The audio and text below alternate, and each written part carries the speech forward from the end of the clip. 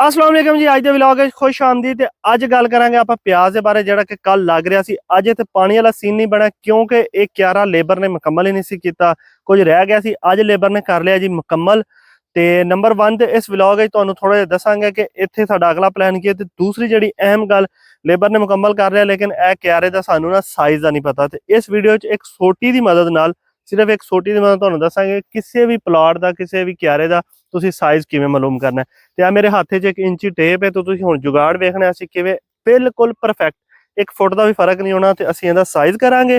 ਤੇ ਦੂਸਰੀ ਗੱਲ, ਸਾਈਜ਼ ਕਰਨ ਤੋਂ ਪਹਿਲੇ ਮਾੜਾ ਜਿਹਾ ਮੈਂ ਤੁਹਾਨੂੰ ਇਹਦੇ ਬਾਰੇ ਦੱਸਦਾ। ਇੱਥੇ ਇਨਸ਼ਾਅੱਲਾ ਕੱਲ ਪਾਣੀ ਲੱਗੇਗਾ ਲੇਕਿਨ ਅਗਰ ਤੁਸੀਂ ਪਿਆਜ਼ ਦੀ ਫਸਲ ਲਗਾਉਂਦੇ ਹੋ ਤੇ ਇਹਨੂੰ ਜਿੰਨੇ ਜਲਦੀ ਹੋ ਸਕੇ ਉਨੀ ਜਲਦੀ ਪਾਣੀ ਲਗਾਓ। ਮਤਲਬ ਲੇਬਰ ਜਸਟ ਮੁਕੰਮਲ ਕਰੇ ਉਸ ਤੋਂ ਬਾਅਦ ਜਿੰਨੀ ਜਲਦੀ ਹੋ ਸਕੇ। ਉਸ ਤੋਂ ਇਲਾਵਾ ਜੜੀ ਬੂਟੀ ਵਾਲੇ ਸਪਰੇ ਜ਼ਰੂਰ ਕਰੋ, ਬਾਅਦ ਜੜੀ ਬੂਟੀਆਂ ਬਹੁਤ ਜ਼ਿਆਦਾ ਤੰਗ ਕਰਦੇ ਨੇ। ਤੀਸਰੀ ਗੱਲ ਕਿ ਅੱਜ ਕੱਲ ਜਿਹੜੀ ਨਾ ਕੋਈ ਵੀ ਫਸਲ ਉਹ ਕੱਲੀ ਲਾਣਾ ਜਿਹੜਾ ਨਾ ਉਹ ਬੜਾ ਹੀ ਰਿਸਕੀ ਹੈ। ਇਸ ਵਜ੍ਹਾ ਤੋਂ ਅਸੀਂ ਇਹਦੇ 'ਚ ਇੰਟਰਕ੍ਰॉपिंग ਕਰਾਂਗੇ। ਅੱਜ ਇਨਸ਼ਾਅੱਲਾ ਕੱਲ ਇਹ ਲੱਗ ਜਾਣਾ ਇੱਥੇ ਪਾਣੀ ਤੇ ਠੀਕ ਇਸ ਤੋਂ 20-25 ਦਿਨਾਂ ਬਾਅਦ ਇੱਥੇ ਕਪਾਹ ਦੀ ਫਸਲ ਵੀ ਲੱਗ ਜਾਏਗੀ ਤੇ ਦੋ ਫਸਲਾਂ ਇਕੱਠੀਆਂ ਹੋ ਜਾਣਗੀਆਂ ਤੇ ਇਨਸ਼ਾਅੱਲਾ ਕਿਸੇ ਨਾ ਕਿਸੇ ਫਸਲ ਵਿੱਚੋਂ ਅੱਲਾਹ ਪਾਕ ਜ਼ਰੂਰ ਰੋਜ਼ੀ ਦੇਗਾ। ਤੇ ਹੁਣ ਆ ਜਾਣੇ ਆਪਣੇ ਅਸਲ ਮੁੱਦੇ ਦੀ ਤਰਫ ਕਿਉਂਕਿ ਵਲੌਗ ਜ਼ਿਆਦਾ ਲੰਬਾ ਹੋ ਜਾਣਾ ਤੇ ਸਾਰਿਆਂ ਭਾਈਆਂ ਨਾਲ WhatsApp ਗਰੁੱਪ ਤੋਂ ਜਿਹੜੇ ਆਉਂਦੇ ਨੇ ਉਹਨਾਂ ਇਹੋ ਹੀ ਕਮਿਟਮੈਂਟ ਹੈ ਕਿ 2-2.5 ਮਿੰਟ ਹੀ ਤੁਸੀਂ ਵੀਡੀਓ ਦੇਖਣੀ ਹੈ ਤੇ 2-2.5 ਮਿੰਟ ਦੇ ਅੰਦਰ ਅਸੀਂ ਇਹ ਸਾਰੀ ਗੱਲ ਮੁਕੰਮਲ ਕਰਨੀ। ਆ ਜਾਓ ਭਾਈ, ਸਟਿਕ ਲੈ ਆਓ। ਤੇ ਇਹ ਦੇਖੋ ਜੀ ਹੁਣ ਅਸੀਂ ਇਹਦੀ ਕਰਨ ਲੱਗੇ ਹਾਂ ਪਮਾਇਸ਼। ਤੇ ਕਿਸ ਤਰ੍ਹਾਂ ਪਮਾਇਸ਼ ਹੁੰਦੀ ਹੈ, ਕੋਈ ਵੀ ਸਟਿਕ ਕਿ ਉਹਨੂੰ ਜਸਟ ਤੁਸੀਂ ਨਾਪਣਾ ਹੈ ਕਿ ਉਹ ਕਿੰਨੇ ਫੁੱਟ ਦੀ ਹੈ। ਤੇ ਜਨਾਬੇ ਵਾਲਾ ਇਹ ਸਟਿਕ ਹੈ ਬਿਲਕੁਲ ਐਗਜ਼ੈਕਟ 6 ਫੁੱਟ ਦੀ। ਤੇ ਹੁਣ ਜਨਾਬ ਅਸੀਂ ਇਹਦੇ ਨਾ ਦੋ ਸਾਈਡਾਂ ਤੋਂ, ਅਗਰ ਇਹ ਚੌਰਸ ਪਲਾਟ ਹੈ ਤੇ ਦੋ ਸਾਈਡਾਂ ਤੋਂ, ਇੱਕ ਇਸ ਸਾਈਡ ਤੋਂ ਤੇ ਇੱਕ ਦੂਸਰੀ ਸਾਈਡ ਤੋਂ ਅਸੀਂ ਇਹ ਨਾਪ ਲਾਂਗੇ ਕਿ ਕਿੰਨੀਆਂ ਕਿੰਨੀਆਂ ਸੋਟੀਆਂ ਨੇ, ਮਤਲਬ ਕਿੰਨੇ ਫੁੱਟ ਨੇ। ਜਿੰਨੀਆਂ ਸੋਟੀਆਂ ਹੋਣਗੀਆਂ ਉਹਨੂੰ ਛੇਨਾ ਜ਼ਰਬ ਦੇਵਾਂਗੇ। ਜ਼ਮੀਨ ਦੀ ਪਮਾਇਸ਼ ਬਗੈਰ ਕਿਸੇ ਇੰਚੀ ਟੇਪ ਜਾਂ ਫੁੱਟੇ ਤੋਂ ਵੀ ਤੁਸੀਂ ਕਰ ਸਕਦੇ ਹੋ। ਕਿਸ ਤਰ੍ਹਾਂ, ਉਹ ਵੀ ਤੁਹਾਨੂੰ ਮੈਂ ਜੁਗਾੜ ਇੱਕ ਦੱਸ ਦੇਣਾ ਵਾ।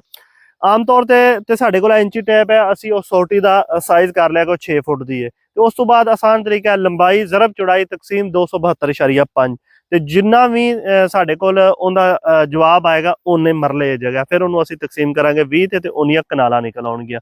ਲੇਕਿਨ ਅਗਰ ਤੁਹਾਡੇ ਕੋਲ ਇਹ ਇੰਚੀ ਟੇਪ ਵੀ ਨਹੀਂ, ਫੁੱਟਾ ਵੀ ਨਹੀਂ, ਤੇ ਜਿਹੜੀ ਵੀ ਤੁਹਾਡੇ ਕੋਲ ਸਟਿਕ ਹੈ, ਮਤਲਬ ਸੋਟੀ ਹੈ, ਡਾਂਗ ਹੈ, ਜੋ ਵੀ ਹੈ, ਉਹਦਾ ਤੁਸੀਂ ਸਾਈਜ਼ ਕਿਵੇਂ ਕਰਨਾ। ਆਸਾਨ ਤਰੀਕਾ, ਤੁਹਾਡੇ ਕੋਲ ਮੋਬਾਈਲ ਤੇ ਹੈ ਨਾ, ਤੇ ਜਿਹੜਾ ਤੁਹਾਡਾ ਮੋਬਾਈਲ ਹੈ ਉਹਦੀ ਸਪੈਸੀਫਿਕੇਸ਼ਨ ਵਿੱਚ ਤੁਸੀਂ ਦੇਖੋਗੇ ਤੁਹਾਡੇ ਕੋਲ ਕਿੰਨੇ ਇੰਚ ਦਾ ਮੋਬਾਈਲ ਹੈ। ਫਰਜ਼ ਕਰੋ ਤੁਹਾਡੇ ਕੋਲ ਉਹ ਮੋਬਾਈਲ ਜਿੰਨੇ ਇੰਚ ਦਾ ਵੀ ਹੈ ਤੇ ਉਹ ਮੋਬਾਈਲ ਦੀ ਸਪੈਸੀਫਿਕੇਸ਼ਨ ਦੇ ਵਿੱਚ ਦੱਸ ਰਹੇ ਹੁੰਦੇ ਨੇ।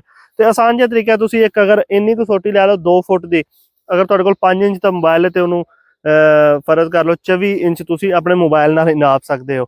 ਠੀਕ ਹੈ, ਮੋਬਾਈਲ ਤੇ ਸਾਰਿਆਂ ਕੋਲ ਨੇ ਅੱਜ ਕੱਲ੍ਹ। ਤੇ ਉਸ ਤੋਂ ਬਾਅਦ ਤੁਸੀਂ ਇੱਕ ਵੱਡਾ ਪੈਮਾਨਾ ਤੁਸੀਂ ਬਣਾ ਸਕਦੇ ਹੋ 6 ਫੁੱਟ 7 ਫੁੱਟ 8 ਫੁੱਟ ਦੀ, ਮਤਲਬ 1-2 ਮਿੰਟਾਂ ਦਾ ਕੰਮ ਹੈ, ਜ਼ਿਆਦਾ ਨਹੀਂ। ਤੇ ਬਹਰਾਲ ਜੀ ਸਲੀਮ ਆ ਗਏ। ਹਾਂਜੀ, तो जनाबे वाला हो चुकी है पमैश।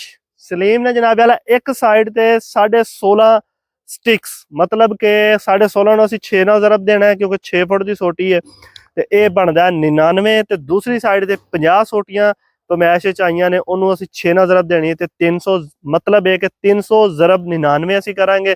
उस तो बाद असी इहनूं 272.5 ਦੇ ਉੱਤੇ ਤਕਸੀਮ ਕਰਾਂਗੇ ਤੇ ਉਸ ਤੋਂ ਬਾਅਦ ਅਸੀਂ ਇਹਨੂੰ 20 ਦੇ ਉੱਤੇ ਤਕਸੀਮ ਕੀਤਾ ਤੇ ਜਵਾਬ ਆਇਆ ਜੀ 5.4 ਕਨਾਲਾਂ, ਤਕਰੀਬਨ 5.5 ਕਨਾਲ ਇਹ ਜਗ੍ਹਾ। ਤੇ ਮੈਂ ਵੀਡੀਓ ਸ਼ੁਰੂ ਵਿੱਚ ਵੀ ਆਖਿਆ ਸੀ ਕਿ 5 ਤੋਂ 5.5 ਕਨਾਲਾਂ ਦੇ ਦਰਮਿਆਨ ਇਹ ਜਗ੍ਹਾ ਹੈ ਤੇ ਜ਼ਿਮੀਂਦਾਰਾਂ ਨੂੰ ਪਤਾ ਹੀ ਹੁੰਦਾ ਕਿ ਉਹਨਾਂ ਦੀ ਕਿੰਨੀ ਜਗ੍ਹਾ ਹੈ।